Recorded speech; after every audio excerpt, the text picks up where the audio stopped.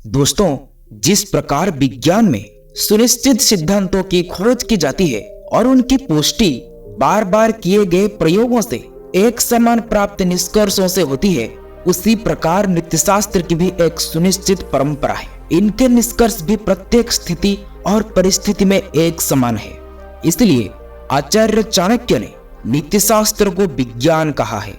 वे तो इस ज्ञान के द्वारा सर्वज्ञ होने की बात भी करते हैं। यहाँ सर्वज्ञ होने का अर्थ है अतीत, वर्तमान और भविष्य का विश्लेषण करने की क्षमता प्राप्त कर लेना। तो दोस्तों, आज हम बात करेंगे कुछ ऐसे नीति के बारे में जो वर्तमान और भविष्य में आपकी बहुत मदद करेगा। तो चलिए बिना देरी के वीडियो को शुरू करते हैं। चाणक्य ने मनुष्य को जीवन का लक्ष्य बताते हुए कहते हैं कि जो व्यक्ति संसार से मुक्त होना चाहते हैं उन्हें विषय वासनाओं का त्याग विष के समान कर देना चाहिए। अर्थात बेहिचक जो नीच मनुष्य दूसरों के प्रति घृणा के कारण कठोर बात बोलते हैं वे नष्ट हो जाते हैं। कोई भी उसका सम्मान नहीं करता। चाणक्य इस संसार की विचित्र धारणाओं को व्यक्त करते हुए बताते हैं कि सोने में सुगंध नहीं होती, ईख पर फल नहीं लगता, चंदन के वृक्ष पर फूल नहीं लगते, विद्वान व्यक्ति के पास धन नहीं होता और राजा के प्राय अधिक आयु नहीं मिलती। दोस्तों, ये बातें देखकर ऐसा लगता है कि परमेश्वर ने ये काम करते हुए बुद्धि का सहारा शायद नहीं लिया। अर्थात भूल तो किसी से भी हो सकता है। काश परमात्मा ने ऐसा किया होता। चाणक्य कहते हैं कि अमृत सबसे उत्तम औषधि होती है क्योंकि इससे मृत्यु रोग से मुक्ति मिल जाती है। दोस्तों, सबसे बड़ा सुख भोजन की प्राप्ति है। ज्ञानेंद्रिय में सबसे उत्तम आंख है और शरीर के अंग में सबसे श्रेष्ठ मनुष्य का सिर है।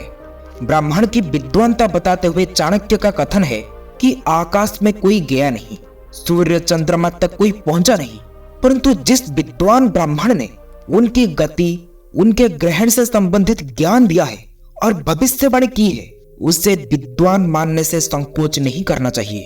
अर्थात पृथ्वी पर बैठे बैठे जिसने इन आकाशीय घटनाओं के बारे में पूरी तरह से सही आकलन कर लिया वो अवश्य सराहना की योग्य है।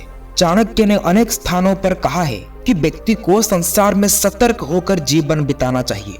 विद्यार्थी, नौकर, यात्री, भूख से दुखी, डरा हुआ व्यक्ति और द्वार रक्षक, इन्हें सदा जागते रहना चाहिए।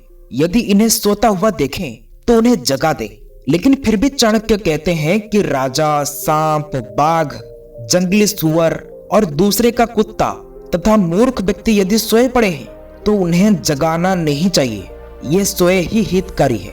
इस अध्याय में आचार्य चाणक्य जी ने ब्राह्मणों के संबंध में कहा है कि उन्हें पतित लोगों से किसी प्रकार की सहायता नहीं लेनी चाहिए क्योंकि ऐसे लोगों के स्वार्थ भी तुच्छ ही होते हैं। समय आने पर उनकी पूर्ति में सहयोग करना और ना करना दोनों ही स्थितियां दुविधा वाली है क्योंकि सहयोग करने पर नैतिकता की हानि होती है तथा ना करने पर कृतज्ञ होने का आभास होता है। आचार्य चाणक्य जी का कहना है कि मनुष्य को अपना वास्तविक स्वभाव नहीं छोड़ना चाहिए। अर्थात अगर सांप विष रहित भी हो तो भी उसे अपने पर आक्रमण करने वालों को डराने के लिए फन फैलाते रहना चाहिए। इसका अर्थ ये है कि आडंबर से भी दूसरे व्यक्तियों को प्रभावित किया जा सकता है। किसी संत के द्वारा सर्प को दिया गया ये उपदेश तो सभी ने पढ़ा और सुना होगा। दोस्तों, चाणक्य कहते हैं कि मूर्खों को तो इस बात का भी ज्ञान नहीं होता कि किस समय में कौन सा कार्य किया जाए। वे तो प्रातः काल में भी जुआ आदि खेलने लगते हैं, दोपहर के समय भोग विलास और रात्रि के समय में चोरी आदि बुरे काम में बिता देते हैं। लेकिन ये तीनों कार्य धर्म और कानून दोनों दृष्टि से निषिद्ध है क्योंकि इनसे धन और सम्मान दोनों की हानि होती है और सबसे बढ़कर इनसे आत्मा का पतन होता है।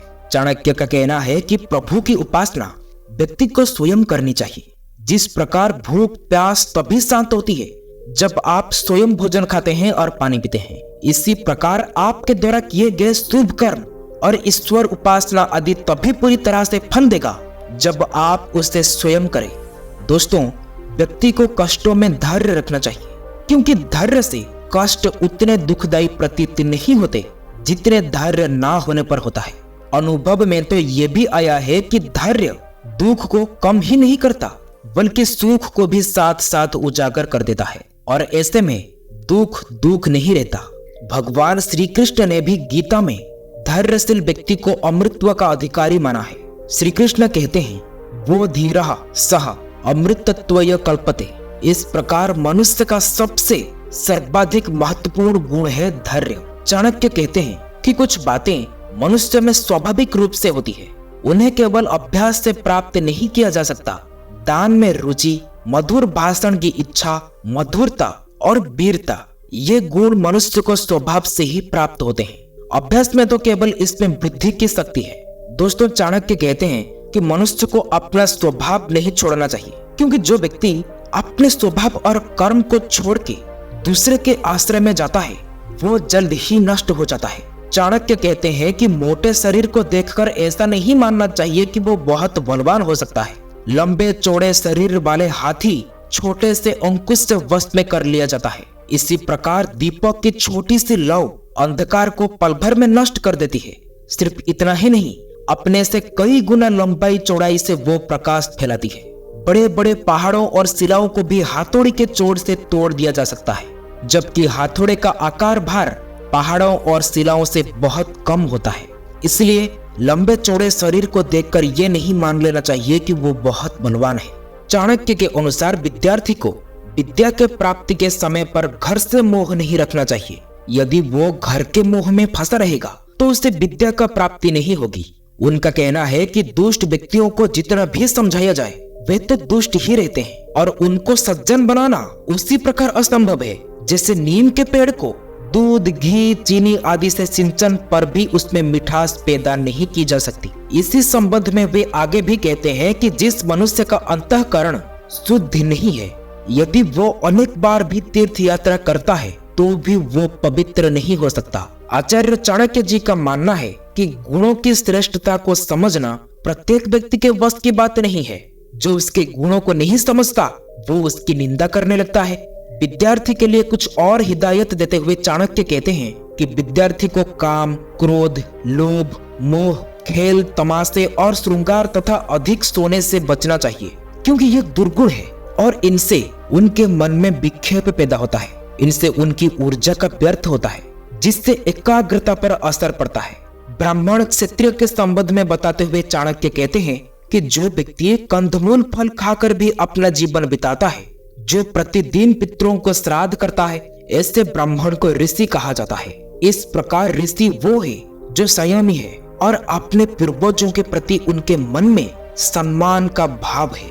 जो व्यक्ति एक समय के भोजन में संतुष्ट रहता है तथा अध्ययन अध्यापन का काम करता है उसे द्वेज कहते हैं। जो ब्राह्मण संसार के कामों में लगा हुआ है और पशुपालन, खेती आदि करता है उसे वैश्य कहा जाता है। लेकिन जो ब्राह्मण की सेवा करता है और शराब, मांस आदि बेचकर अपनी जीविका चलाता है उसे शूद्र कहते हैं। उनका कहना है कि ब्राह्मण का कर्तव्य यह है कि वो अन्य लोगों के कार्य सिद्ध में उनका सहायता करे, दूसरों से छल कपट ना करे। जो ब्राह्मण सार्वजनिक स्थल जैसे बावड़ी, मंदिर और पार्क आदि को अपवित्र करते हैं उसे म्लेच्छ कहते हैं। जो ब्राह्मण और विद्वानों के धन को चुरा लेता है, दूसरों की स्त्रियों का सम्मान नहीं करता है और सभी प्रकार लोगों के साथ जीवन बिता लेता है, वो ब्राह्मण ना होकर चंडाल है। अंत में चाणक्य कहते हैं, सज्जन और महात्मा व्यक्ति धन को कभी इकट्ठा नहीं करते, वे तो उसे दान करने की वस्तु समझते हैं। वे इसका प्रयोग धर्म द्वारा यश प्राप्ति के लिए करते हैं। धन का प्रयोग अपनों पर और स्वयं पर भी नहीं करते, लेकिन ऐसा धन बहुत जल्दी नष्ट हो जाता है। तब कंजूस के पास पछतावा करने के अलावा कुछ भी नहीं बचता। दुष्ट के धन की गति विषयों की भोग में होती है। विषय भोग क्षणिक होने के कारण अपना फल भी उसी रूप में देते हैं, वो ही सुख दुख देते हैं। दोस्तों, आज के लिए इतना ही। वीडियो अच्छा लगा हो तो शेयर, सब्सक्राइब, लाइक जरूर करें। फिर मिलेंगे अगले वीडियो में। तब तक के लिए आप अपना ख्याल रखें।